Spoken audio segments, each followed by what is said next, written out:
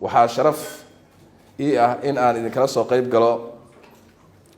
daahfurka kulan wadareedka golaha wasiirada xukuumadda Jamhuuriyadda Federaalka ee Soomaaliya oo ah kii labaad ee noociisa ay isugu yimaadaan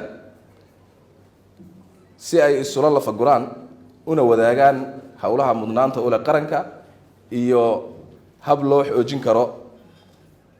wada shaqaynta wasaaradaha iyo hay'adaha kala duwan ee xukuumadda si loo fuliyo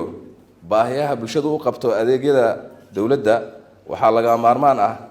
in ay hay'adaha dawliga ah iyo wasaaraduhu isku faham ka yihiin si dhowna u wada shaqeeyaan mudanayaal iyo marwooyin ujeedooyinka ugu waaweyn ee loo qabtay kulan wadareedka waxay yihiin kow dardargelinta nidaamka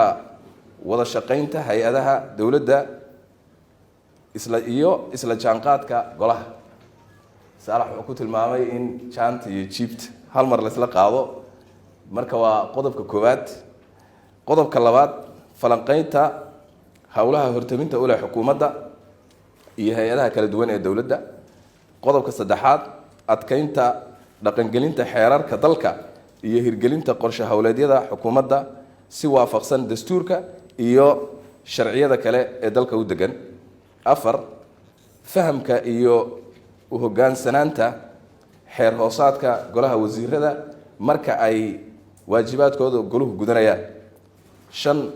dhowrista iyo ku dhaqanka habraacyada heshiisyada ay hay'adaha dawladdu ula galaan hay'adaha kale ee dawliga ah hagaajinta habka xog wadaagidda hay'adaha dawladda dhexdooda iyo la wadaagidda dadweynaha xog midaysan mudanayaal iyo marwooyin labada maalmood ee aad ku jirtaan kulan wadareedka waa in aad dareenkiina maskaxdiina iyo muuqaalkiinaba isugu geysaan sidii habkii loo hirgelin lahaa hawlaha hortaminta ula qaranka waxaa lagama maarmaan ah in aad maanka ku haysaan in kulan wadareedkani ku soo beegmay xilli ay dadkeennu la daalaadhacayaan abaaro iyo amni darro isbiirsaday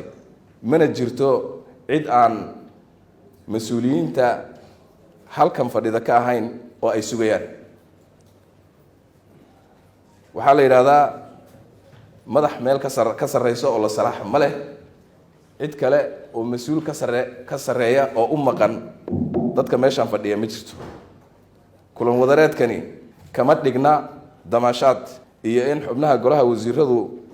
jawi bedelasho ku jiraan sawirana wadagelayaan sheekaysanayaan ee waxaa looga gol leeyahay in ay wada faqaan maskaxdoodana tuujiyaan soona saaraan qorshe hawleed lagu badbaadin karo dalka iyo dadkaba oo ay duruufo adag haystaan waxaan ku rajo weynahay in gabagabada kulankan oo kulan wadareedka ah ay ka soo bixi doonaan natiijooyin waxtar u yeelan doona waxna ka bedeli doona mustaqbalka dadkeenna iyo qorshe hawleed lagu samata bixin doono shacabkeenna tabaalaysan waxaan idinku adkaynayaa in si degan aad u akhrisaan